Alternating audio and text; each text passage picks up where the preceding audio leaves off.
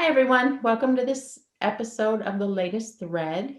Our topic this time is surface design. So we thought it might be fun to kind of share some photos of different things that we have done or that you may want to try. You can kind of see some examples. Might be painting, crystals, embellishing, I don't know, couching. We have all kind of things that we've tried or done over the years to share.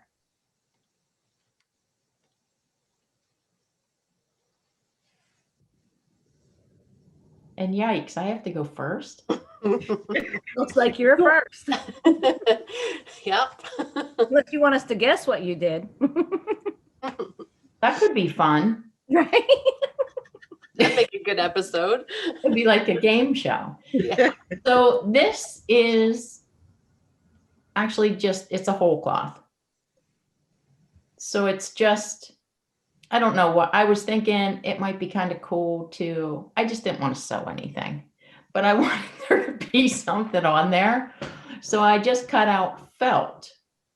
So that black in the middle is felt. And then I cut holes in the felt and fused colored pieces underneath the felt. And then once I got everything on there, I just laid one of those sparkly sheer fabrics over the top and then quilted. It was so fast. I just quilted all around it with, whatever. It kind of looked like flames. So that's what I did. And then if you do, there's a close up, I think. Okay. Yeah, I'll zoom over and see. Oh. Nope. Guess not. There it is. Oh. There it is. So in the black part, when I was done, I kind of quilted those shapes in there that look, I don't know what, like a flame maybe. But then I started thinking, it might be kind of cool if I cut that sheer away there, because then that would be not shiny. Mm-hmm. And so I did it. And then I just stitched like zigzaggy around all the edges to make sure it didn't do anything weird. Mm-hmm. And it was really funny because this was just like a last minute, I'm going to make something to put in the quilt show. No plan, just threw it together and it want to rip it. I was like, what? Really? There are crystals on there. Yeah, there's crystals on there too. Yeah, back in the day. Yeah. I like that feathered kind of stitch that you did on the inside shapes. It looks like a feathered stitch. You know why I did that? Because at that time, I did not use rulers. So that is my stitch in the ditch method of that time frame in my quilting. Mm-hmm. Well, but it fits perfectly, with the flame kind of theme. Yeah. Mm-hmm. So I'm not sure if I should go forward or backward because there was another quilt there. I'll just go forward and see what happens. So that's a close-up of the other one. So I'm going to go back. There. There it is. And this is a whole cloth again, because now I really like the idea of not sewing anything. I just wanted to quilt it. I didn't want to make it. So I just, I figured, whatever. I made some templates. I marked them on there and then I quilted this. And then I decided to paint it. And I used those Shiva paint sticks. Mm-hmm. And it took a while, mostly just because you have to wait for some to dry in order to be able to put your hand on there to do some more. But did it. Yeah. I like it. Mm-hmm. It's pretty. It looks almost like the Luminaire paint to me from here. Mm-hmm. Got a lot of sheen to it. Yeah, it was a lot of, it was a long time ago. Yeah. The quilting is not, great, but. Well, it looks perfect from here. Yeah, it looks nice. We go to the close-up. Yeah. Close. Yeah, so it really, it's not, and that's not really truly how it looks because that was a flash. Yeah. It's more subdued, but and I like the paint because that stick paint, when you use a brush, a stencil brush to put it on, it doesn't run or bleed, none of that. It's really easy to do. favorite paint to use. Mhm. What I find amazing, looking at what you did in the background on this and the previous one, you can tell that it's something you did a long time ago because it's so different from your main style of today. I use that feather still today. Yeah, as a- I know you still do feather quilting, but in general, it just, it's just not what one expects from you today necessarily. Ah, That's a good thing. If we all didn't involve, oh my goodness. Right. It's cool to see that. I know you still quilt feathers, but not like all that. yeah, I use it. Well, whatever. Yeah, that's one of the fastest backgrounds you could ever do. Yeah. Yes, it is.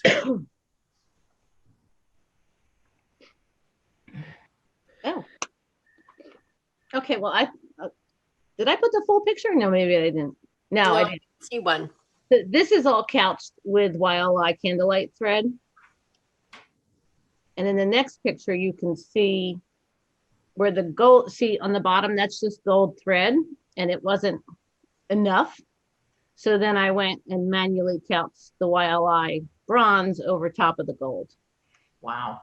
Yeah, that was an insane moment, but I had to keep going. Yeah. Yeah, there just wasn't enough contrast with the gold thread. Yeah, you can see the difference. And that's almost like bean stitched. You know, I went back and forth 3 and 4 times with the thread to make it that thick. And I'm like, it's still not enough. So I think this was officially quilted 3 times if you count all the repeats over top of it. Oh, It was worth it. Yeah. It looks great.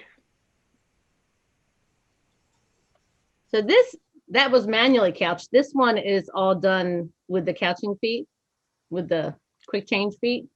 And I think there's 4 different kinds of different yarns in there. And there's a close up of that too.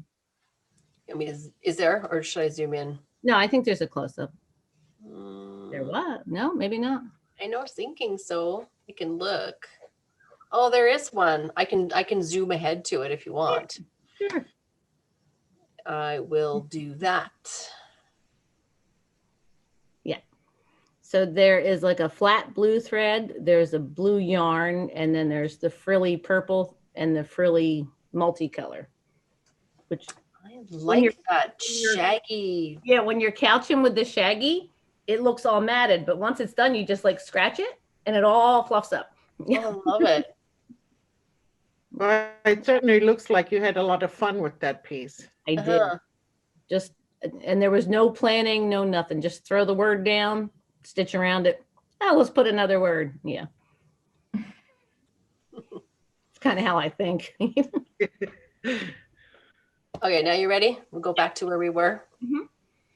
So this is all painted pieces. It's applique, but they're all painted pieces. And then when I did the neon reflection in the water, you couldn't see the thread because it was like just orange thread on the blue dye. So then I took paint, and that's the luminaire paint that I went back and forth and painted the reflection in the water.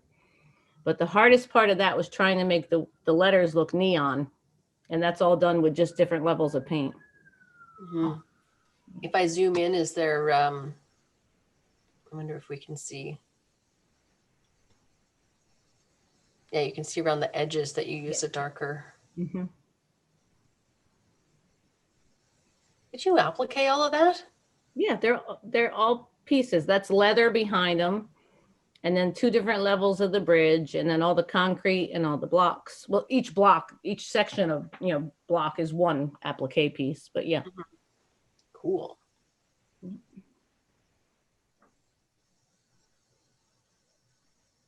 Awesome.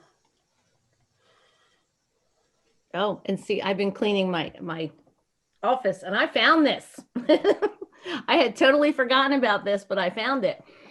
And the K in the center, there was this is when I worked at the quilt shop, and they had this fabric fluid, and it actually disintegrates the fabric wherever you put it. So I said, well, let's try it. And like after I tried it, I said, well, it would have been easier to just applique the K than to disintegrate the fabric and put the K behind it, because you still have to go around all your edges. So I tried it. It ate the fabric. It's all gone where I put it, but applique would have been easier and the same effect. So then I used fuzzy, shaggy yarn, and even under the flat stitch, that's that same fuzzy shaggy yarn. It's all contained in the stitches. It's so long, this one. It's so long, Shaggy. Mhm. Yeah. The long shaggy. I'm gonna have to try and find some of that. I have like a whole bunch. I could send it to you. I have like a million colors. That one and purple, please. Okay. Oh, look, purple. So this is the raindrops, and the Prince symbol, or whatever you call his name, is Angelina fibers.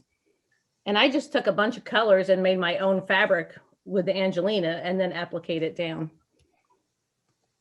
I But used to love that stuff. yeah, well, it gets everywhere. Like you will forever find Angelina hairs on everything later. I've never tried it. But if you zoom in, you can see, because like you can see right through the Angelina. It's like, It's just so Iridescent. impressive that you can lay that stuff down and you hit it with the iron and it's like instantly magic. solid. Yeah. Wow. Yeah, you couldn't tell. Well, I couldn't tell from looking at it that that's what it is. Mm-hmm. No, it looked like a piece of batik or something that, just had that kind of watercolored look to it, Yeah. All different Angelinas, and the raindrops are the same way. Yeah. Mm. Cool.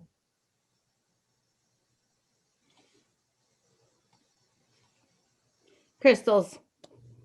I'm still a diehard crystal fan. Are you? I love crystals. Mhm. Well, you're the sparkly girl, so I can see that. Some days sparkly, other days not so much. I think the next one's just crystals too. Oh, that's the close-up of that one. Yeah. Sorry. Oh, I didn't put them in any order for you, Sharon. I'm sorry. You probably did, and then I probably didn't save them in the right order. So it could be my fault. I've talked about this quilt before, but after I had all those problems with it, and after I quilted it, you could not see the feathers at all. So it was called a So Soft paint, and it said iridescent sparkle, but it looked like milk when I painted it on. So after I painted it, I'm like, oh, I've ruined it again. But after so many issues, I figured, how bad could I ruin it? Because it's so much with this quilt. But then in the morning when I came out and looked at it, I was tickled pink, because all I the love it. clear. Mhm. Okay, so this was one of our inspiration photos in the Quilting with Confidence tour in 2019. Was it? Yes. You did not have that sparkle on there. No, because that was an after, because I told you couldn't see the Yeah, Mhm. But this I quilt, love it. I hated this quilt because it had so many problems, and I did so many wrong things to it. But there's an award of merit on my wall, which is for this quilt. So it was all worth it in the end. Yeah, and I like that. So it's so colorful in the center and then so dark around the outside. It just brings the color, the brightness out into the dark, and just, I love that. I'm gonna need to buy that. It's called thought process, because this is exactly when you say, "What are you thinking?" That's what I'm thinking. Yeah. Yeah, that it is was- awesome. It's so soft, and I think it was called like iridescent sparkle or iridescent shimmer, something like that. Mm-hmm.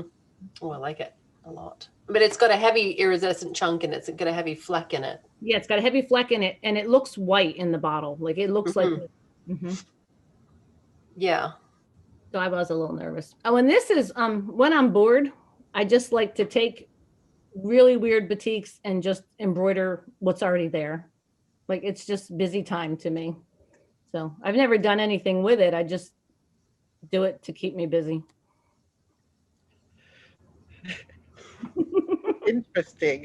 Well, it's like that. There's always like one of these in the car. Like if I have to go somewhere and say I'm stuck because you're talking to a professional, pickup line mom here. I used to have to sit and wait to get my son in parent pickup. So there was always something to keep me busy other than just sit there. It's fun if you want to try something. Oh, and these are Shiba paint sticks as well.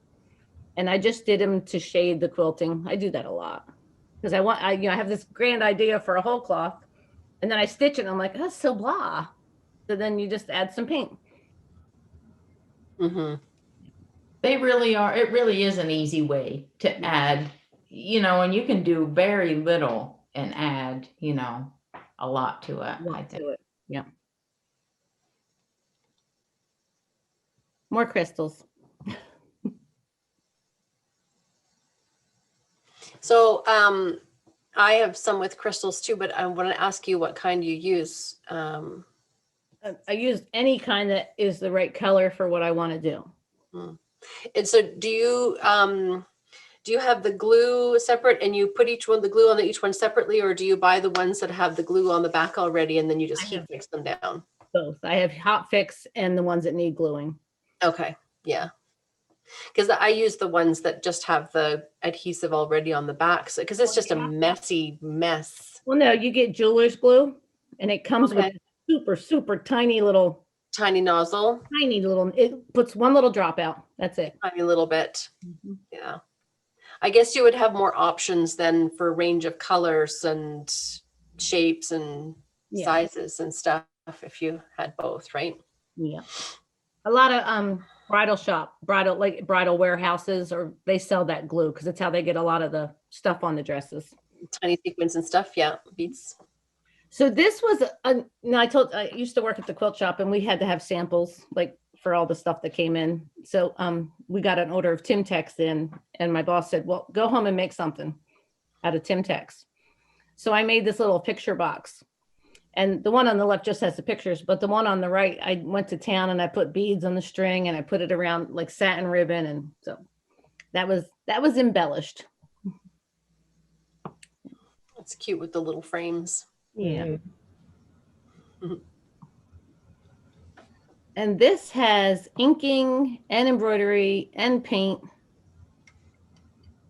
Yeah. Crystals.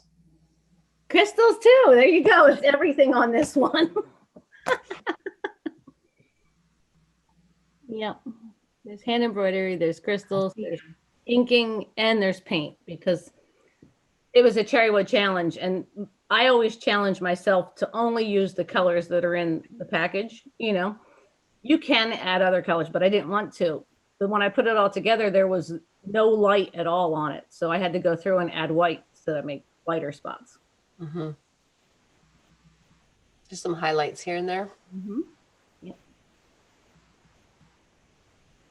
Another Cherrywood challenge. This one has hand embroidery and not crystals, beads. I actually beaded those on there. Which one was that? I don't think I've ever seen that. That was the Van Gogh. Oh. And well, this was made totally by accident because I threw my back out and I was just laying in bed for 3 weeks. And I told Joe, I said, bring me all that blue fabric. So I sat there and I just freeform appliqued it. But I was tickled to death when I finished it. And I said, it looks like an ear. And of course it was for Van Gogh. So. Now I can't unsee that. You can't unsee it. I know. Same thing happened. See it before. Mm-hmm. So it's just fun. Well, I have a couple of pictures that I've shown before, but I don't do a lot of surface embellishment. Karen is the queen of that, I think. So I just thought I'd show a couple of things that I did add some paint to. This was just acrylic paint and stain. A leather dye stain on a piece of red leather. And I used a different color stain in the background than I did for the body. You can see his body's a little bit more orange and lighter. And I used a more kind of burgundy one in the background to make it a bit darker. And then it's just black and white acrylic paint. And I think I put that same stain in his tongue just to make his tongue kind of a little bit more bold. But yeah.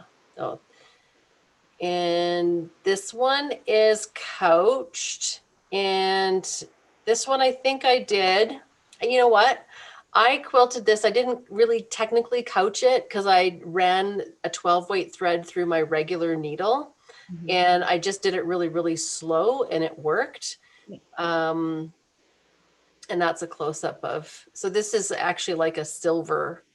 This shot doesn't look like it's a silver, but it is actually a silverish kind of a thread. So it's got a nice shimmer to it. And then the background thread for quilting everything else was kind of like a purple and teal variegated thread that just kind of blended nicely into, I don't even know what kind of fabric that was. I found it I think Jodi, you've found some of this stuff before too and talked about it. It just kind of got this weird sheen to it. And It almost looks like metal.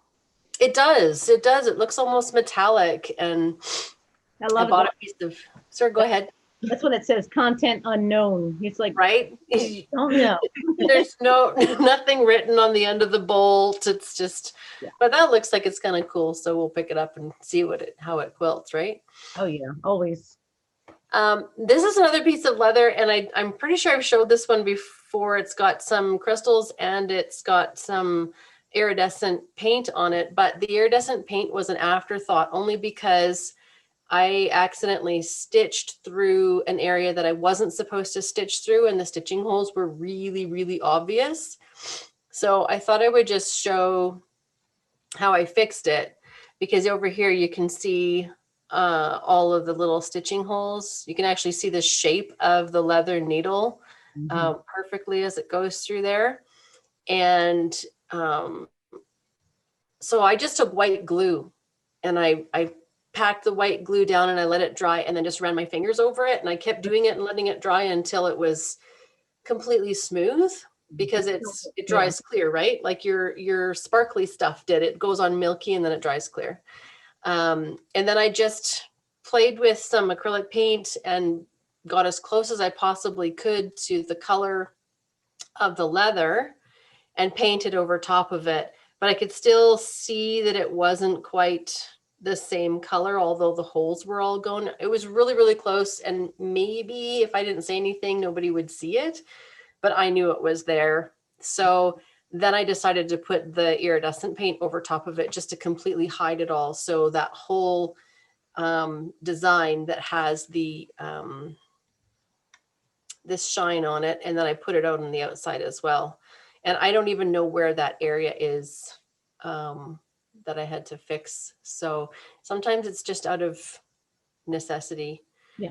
And then I did do the manual couching on this one too, just because when you couch over top of, maybe this is why you did yours that way too, Karen, but when you couch over top of something you've already stitched and it has to be very clean, you can't really see where you're going. Yeah, you can't see. And also the couching foot is made for thicker yarns.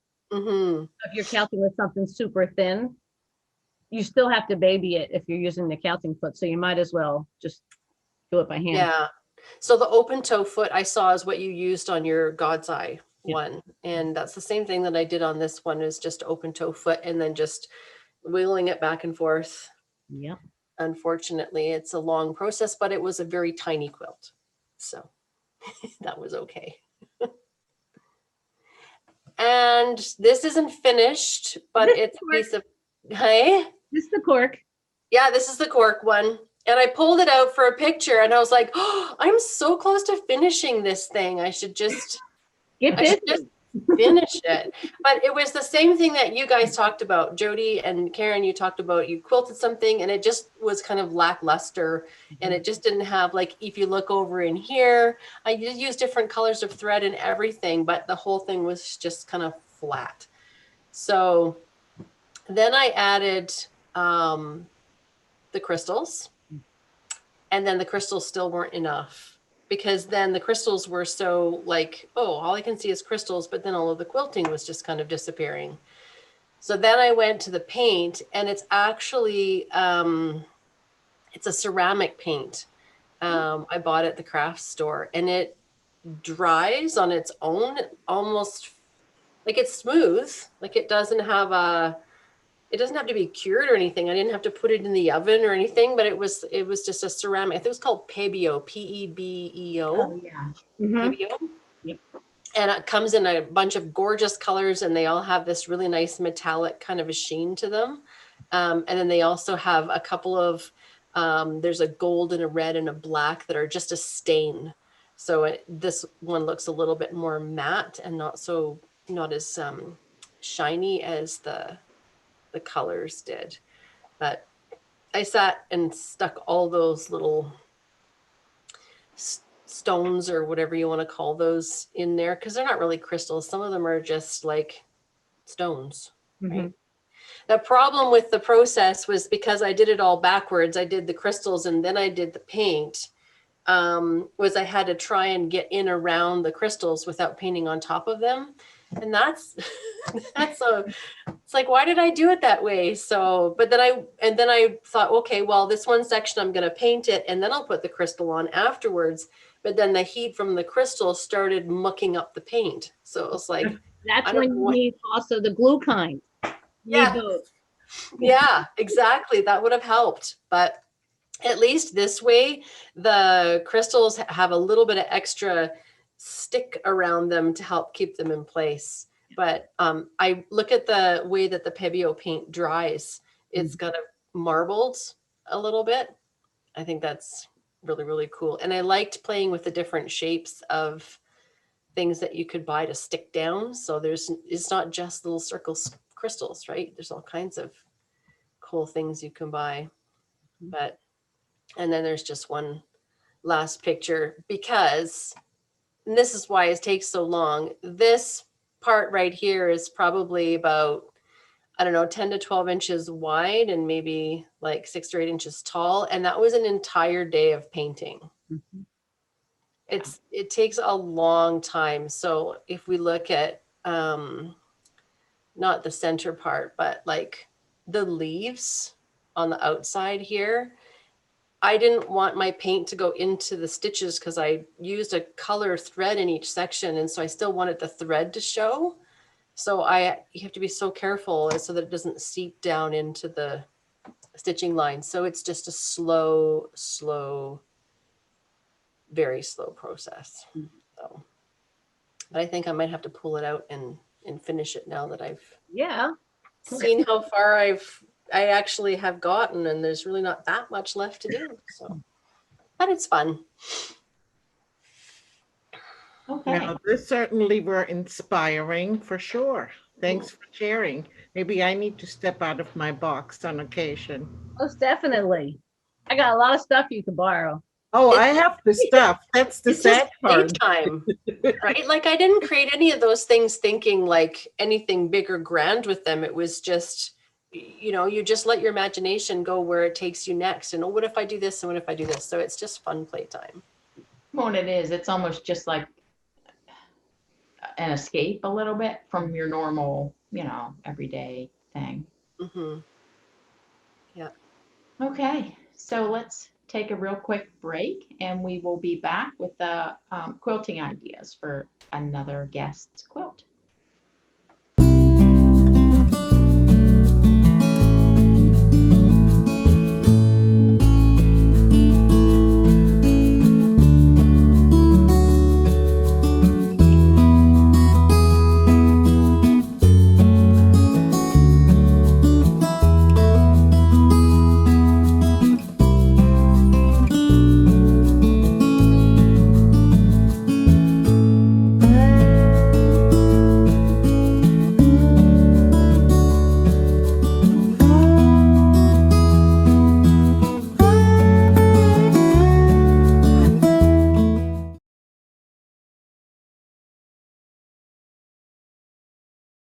Okay, everyone, now we are to the ideas for your quilt portion of the episode. And we have with us today Jennifer with her beautiful quilt behind her.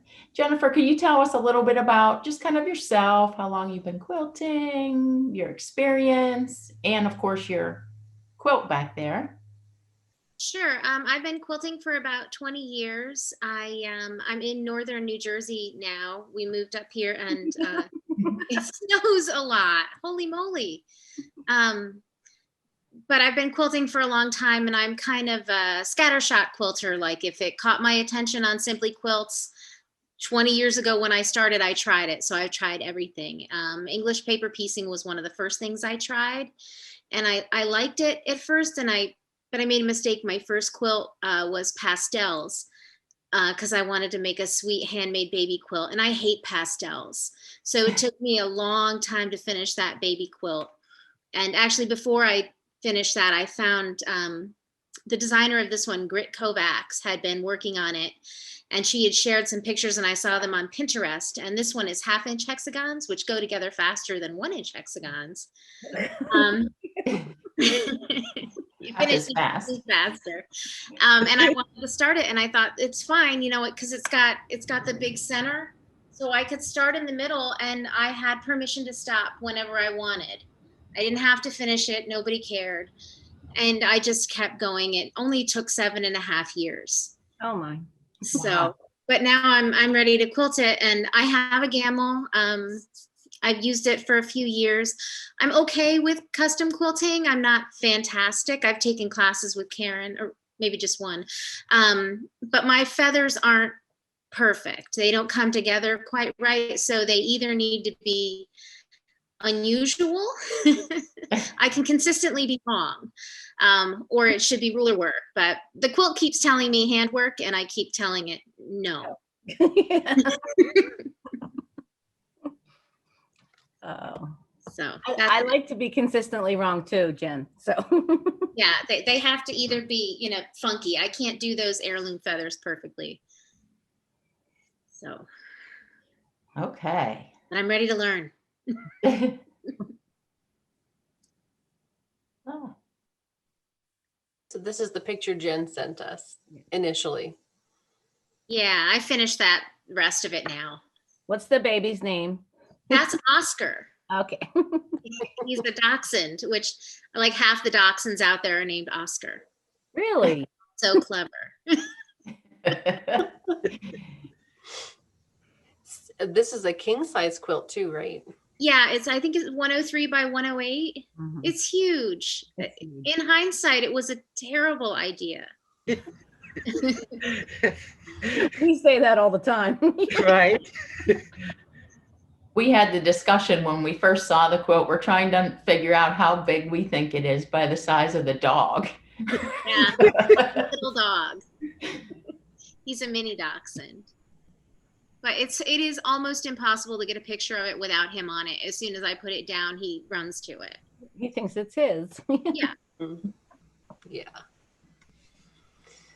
So we're ready. I can go to the first picture. I'll probably have to zoom in here and yeah. reposition this to get, how's Yeah. that? Ooh. Not mine. I I'm said, trying to see, is that mine? I can't see. Can you zoom in any further? I can do my best, yeah.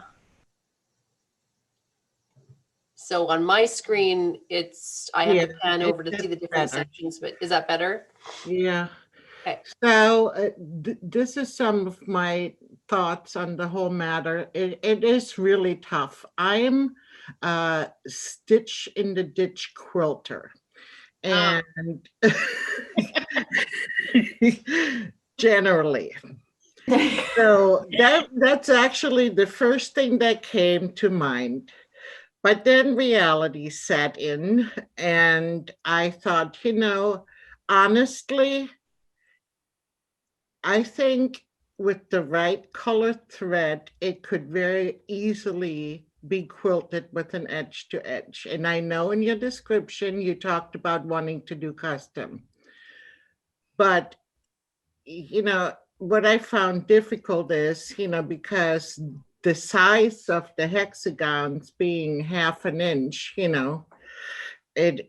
I had trouble. So the frame around the larger hexagons on the diamond, that separates the light purple from the dark purple outside, because it's a like a flower garden. On the left, I put leaves to separate those areas. But you have all kinds of options. The idea was to separate those areas visually. So on the one side, I drew leaves and then I added some ribbon candy. And before I knew about your challenges with your feathers, I of course drew feathers, but as a separator. But as you can see, they're not the heirloom feathers. They're like twirly feathers because that again goes with, in my mind, the flower theme. Where's the feathers? I don't see feathers. Where am I On now? the right-hand side. Oh, I see them now. Okay, I'm sorry. You're fine, Karen. So in other words, obviously you would choose one of those things, not all three. Those are just some suggestions. Now, what I thought about the diamonds, and you can clearly see that, going through the middle of the outer row, with your ruler, and then travel in and do the same, and then you can go through also and connect the diamonds, because you still, even though it's challenging, want to make it as continuous as you can. But I wanted to enhance the diamond shape itself, as it goes around. On the small hexagon flowers, because essentially they're only 1.5 inch big based on my limited calculations. So I just would outline them or an echo. And with the echo, you're filling in the space as you go around and you can travel at the same time. And then on the other ones in the hexagons, I added swirls, in the little hexagon flowers just to mix it up. It was quite challenging because, as you can see, then I started playing around with a doodle, like a meander around the flowers. My main concern is, and that's why I initially talked about an all over, this quilt with all those hexagons and the seams is gonna be super, super, super heavy. Oh, yeah. And so, I mean, I've done quilts where not that intricate, but very similar. And I was surprised how heavy they got, and obviously the more quilting you add, the heavier it gets. So to me, that was challenging to decide what to do on that. But there's so many options. So do you have any questions? No, thank you. I like it. Yeah, I like Okay, you're to welcome. try with show quilting, but this is one like there's no way to do a double batting in this. It would rip down the poles. Yeah, It's already very heavy. I bet. that would definitely need a double sleeve. Yeah, Yeah. yeah. Someday we'll have quilt shows again. Yep. That's the cutest picture with him looking up like that. Yep. That was me yelling, "Get off!" I don't think so. So you'll have to let me know if I need to adjust the position of this anymore or zoom in more. No, that's probably good. Yeah. So, yeah, this is overwhelming to me. Like, I just thought, good grief, if I got this from someone, I'd be. I think I would probably do ruler work, like on the dividing part to divide that main center area from, to me, that dark purple is more the background, kind of. Because I think you have those hexes are so small, so you could kind of just go between, you know what I mean, like maybe do a straight line and then jump over one hexie and do another line. So I think it'd be confusing, I guess, if you tried to put a specific design into each, Right. every little area, that's why even in those diamonds on the outside, I would keep it pretty simple with some straight lines, just kind of divide it up a little bit to, you know, so you could get some dimension from it, but not have too terribly much Right. going on. And in the background, like to me, I perceive that dark purple around the edges. Mhm. I would probably do a fill of some sort so that I could get in there as I did the fill and do like the bigger ones on the very corners, I just would go in there and do a nice open flower. Mhm.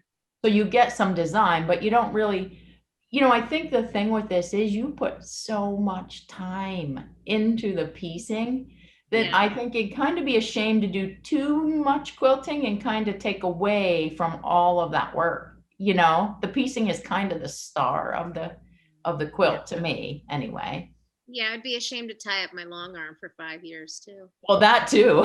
No, you would definitely baste a lot. I Oh, almost flipped on that one. Baste a lot so that you can put it on and off as necessary, because it's not going to be done in a week. Oh, no. And so, and for the rest of it, I really just kept the same idea. I would do like in the lighter purple there, I would do a fill as well and just kind of be able to jump into those individual kind of flower shapes and do something. I probably would only do the center hexagon because they're so small. I would think it plenty of quilting to Yeah. leave the ones around it open, because you're going to have, you know, then you have something that's standing out. And I Yeah. would kind of follow that through. You know, if you went with straight lines like around that main section and then did the same thing around all the other main elements of the quilt, it would kind of really tie it all together to keep it, you Mhm. know, so it all relates somehow. Right. That's a tricky I one. like flowers in the outer, in the corner, how you did those. I don't know why, to me it seems, I guess because it's like grandmother's flower, you know, that's the Yeah. instant thought, I think. But I also would agree with Ava to a certain degree.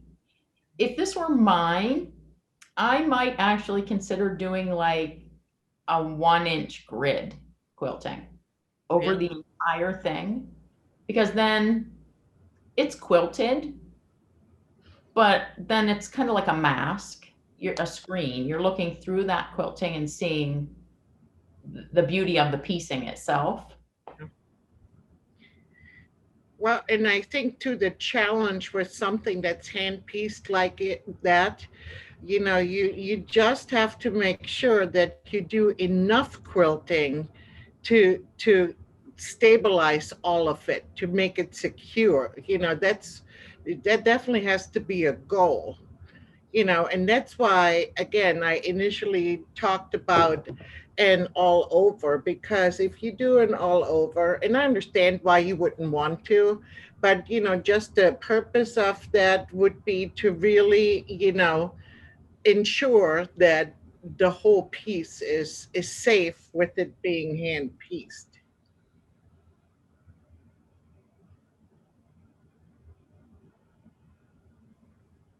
I've seen someone else do an all over on theirs.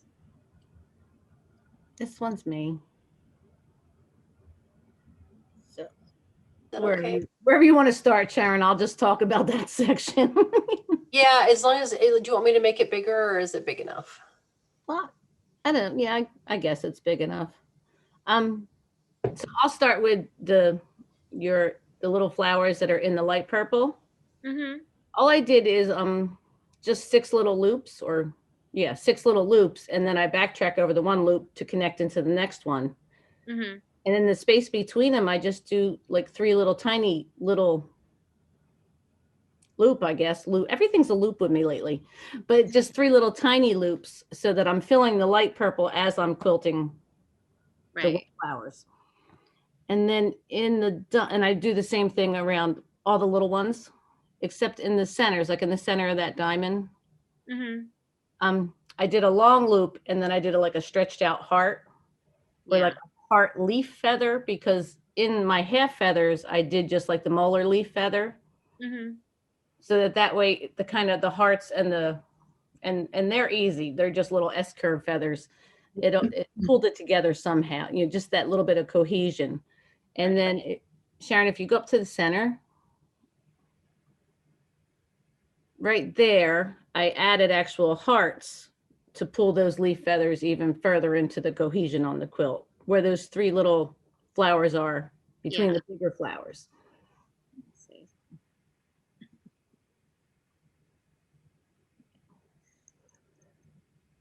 And then again, same thing, framework, just through the main areas. And then I forget what I did in the corner already. And I'll go back. Yeah, on the outside corner.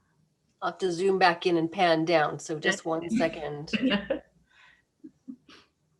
There's a lot on this quilt. You got to see it all. Big quilt. There. Yeah. So I did half leaf feathers around that main outer border. And then I just did a loopy fill, and very similar to Jodi. You can cut in and quilt what you need to as you get to it. Right. So, yeah. Excellent. Thank you.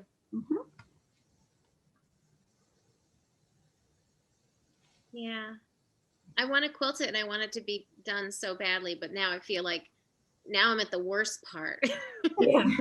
You're at a big crossroads spot. Okay. Such a busy quilt. This is the 3rd episode where we've designed ideas for somebody else, and it's probably the most challenging so far, I think.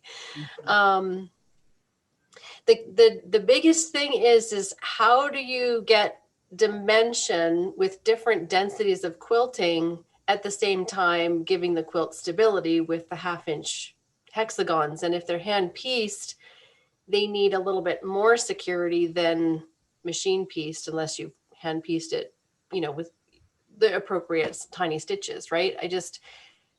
I would worry about what your final use of the quilt was going to be, and that would help me make my decision as to what to quilt in there, because some of these areas I forgot about the scale altogether, and I was like, oh, Jodi's circle pop would look really cool around these hexies, but then it's like, oh, there's only a 1/2-inch space of unquilted, and then I have a stipple behind it. So I don't know how married you are to this. Well, you're married to it. I mean, you've been working on it for almost 8 years. And regardless of how you quilt this, it's going to take a long time. One of my thoughts was, if you wanted to take a few elements of any of the designs or things that you have and technically quilt it twice. So you could quilt it once, like say, for example, you wanted to do this curved crosshatch in this big diamond, for example, and then do a few other things in other spots, like something inside the hexagons, areas that you would want to have a little bit more height and dimension when the quilt was finished.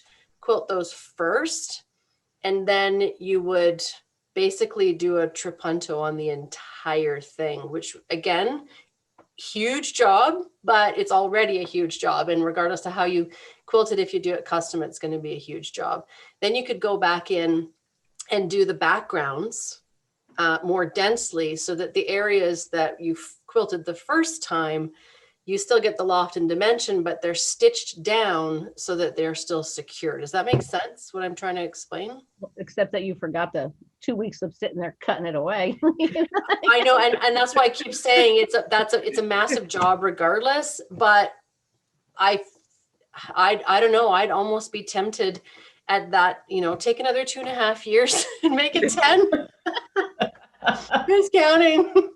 I don't know. Maybe that's just way too left field, but I liked the idea of completely crossing over the sections so that you don't have to worry about outlining all of the seams, because there really isn't a ditch, and you need quilting that's definitely going to hold things down. So the curved cross hatching was was kind of the idea.